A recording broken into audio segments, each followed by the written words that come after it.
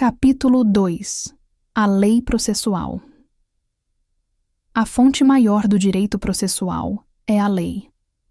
Nosso ordenamento positivado optou pela edição de um Código de Processo Civil, nele concentrando a maior parte das disposições legais.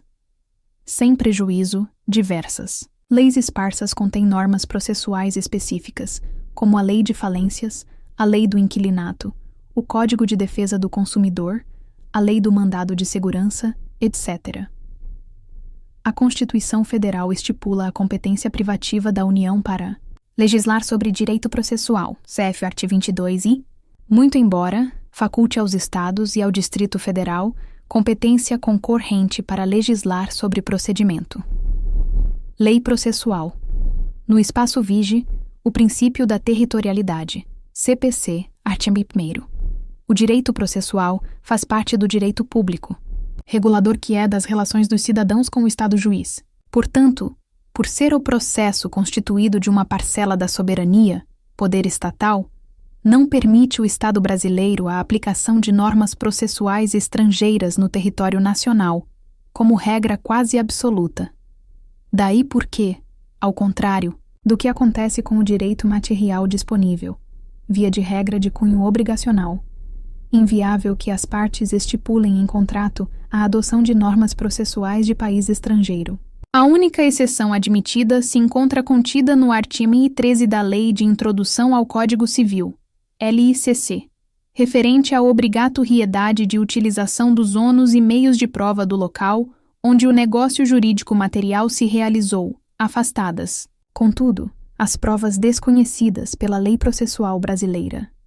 Lei processual no tempo. A lei processual tem aplicação imediata, a partir do momento de sua entrada em vigor, observado o prazo de eventual vacatio legis, vim teoria, geral do processo, e processo de conhecimento inclusive aos processos em curso. Por outro lado, é ela irretroativa, não atingindo atos processuais já praticados e findos, tempus regit actum. Os atos processuais podem ser classificados em já praticados, de realização prolongada ou futuros.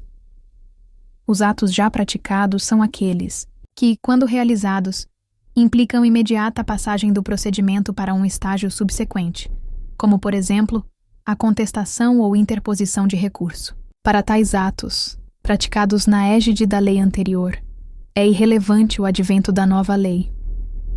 Já os atos de realização prolongada são aqueles cujo exaurimento ocorrerá no futuro, muito embora sua prática tenha sido iniciada sob a égide da lei antiga.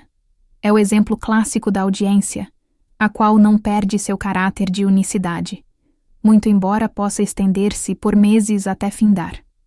Tais atos não são atingidos pela lei nova, que entra em vigor na pendência de sua prática, surgindo a hiperatividade da lei processual antiga. Analisemos o parágrafo 1º do artigo 414 do Código de Processo Civil, o qual impõe o limite de 3 testemunhas para cada fato controverso. Suponhamos, então, uma audiência redesignada para oitivade uma terceira testemunha de defesa, ausente quando, da primeira data, sobre o único fato controverso existente nos autos. Eventual lei processual superveniente que venha a entrar em vigor nesse interregno, proibindo a oitiva de mais de 2 testemunhas por cada fato controverso, não terá aplicabilidade a esse ato já iniciado, mas pendente de complementação. Portanto, permanece válida a lei anterior, do início do ato uno, que terá sua eficácia prolongada até o exaurimento do ato. Já o ato processual futuro é aquele ainda não praticado ou iniciado, sujeitando-se sua prática às disposições da nova lei. Como exemplo prático desta terceira espécie deve ser analisada a alteração do artigo 511 do Código de Processo Civil, Lei NEM 8.950/94, que passou a exigir o recolhimento do preparo quando da interposição do recurso. A jurisprudência concluiu pela aplicabilidade da nova lei, mesmo aos recursos, cujo prazo para interposição já estivesse correndo. O recurso considera-se interposto com sua protocolização e deve seguir a lei processual vigente naquele momento, não havendo como se entender adquirido o direito de fazer uso da norma revogada apenas pelo início da fluência de seu prazo. Sinopses jurídicas é costumeiramente utilizada pela jurisprudência a técnica do isolamento dos atos processuais para afirmar a inaplicabilidade da lei processual nova sobre atos já findos ou sobre seus efeitos, muitas vezes fazendo menção ao conceito do ato jurídico perfeito. Por esses entendimentos, o ato processual já praticado gera efeitos permanentes entre as partes, ou seja, direito adquirido em favor da parte beneficiada.